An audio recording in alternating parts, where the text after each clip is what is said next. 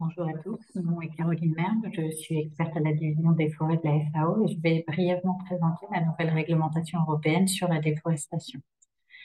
Commençons par quelques éléments expliquant la décision d'adopter une telle loi. Entre 2000 et 2018, près de 90% de la déforestation au niveau mondial a été causée par l'expansion des terres agricoles.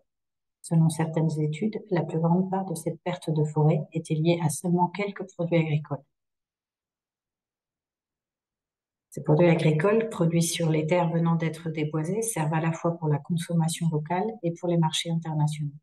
Sur le graphique, vous pouvez voir comment les tonnes de carbone émises par la déforestation dans 3 régions, à gauche, sont d'une certaine façon exportées vers les régions qui consomment les produits qui y sont associés, que vous voyez à droite. Parmi ces flux, 18% ont abouti en Europe. Afin de réduire les effets négatifs de sa consommation sur les forêts, l'Union européenne a développé un nouveau cadre juridique qui est souvent désigné comme le Règlement européen sur la déforestation, EUDR pour son acronyme en anglais. Ce règlement devrait être adopté très prochainement, en avril, et entrer en application après une période d'adaptation de 18 mois.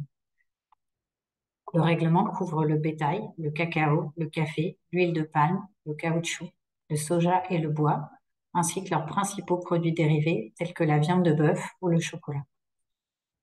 Le nouveau règlement s'appuie sur un mécanisme de diligence raisonnée. Les compagnies commercialisant ces produits devront garantir que le risque de déforestation ou de dégradation des forêts lié aux produits qu'elles placent sur le marché européen est négligeable. Ce risque sera estimé à partir de la date de référence du 31 décembre 2020.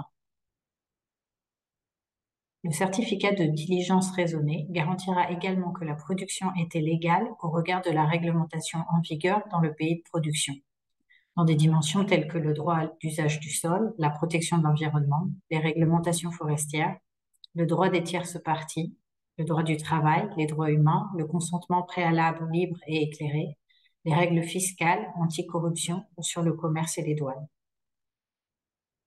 Le règlement pose aussi les bases d'un système de classification qui associera un niveau de risque à chaque zone de production, au niveau national ou sous-national, lequel conditionnera le type de diligence raisonnée qui sera requis. D'autres dispositions sont importantes, par exemple celles définissant le type et la fréquence des contrôles, les moyens de vérification et les sanctions possibles. Le règlement contient aussi des orientations sur la coopération entre l'Union européenne et les pays tiers pour faciliter la mise en œuvre du règlement et pour s'attaquer aux causes profondes de la déforestation et de la dégradation des forêts. Enfin, un processus de révision régulière est prévu et devrait offrir la possibilité de modifier le champ du règlement, tant sur les produits que sur le type d'écosystème concerné. Il ne s'agit bien sûr que d'une très courte introduction. Pour en savoir plus, n'hésitez pas à consulter les sites des institutions européennes dont certains liens apparaissent ici. Merci beaucoup de votre attention.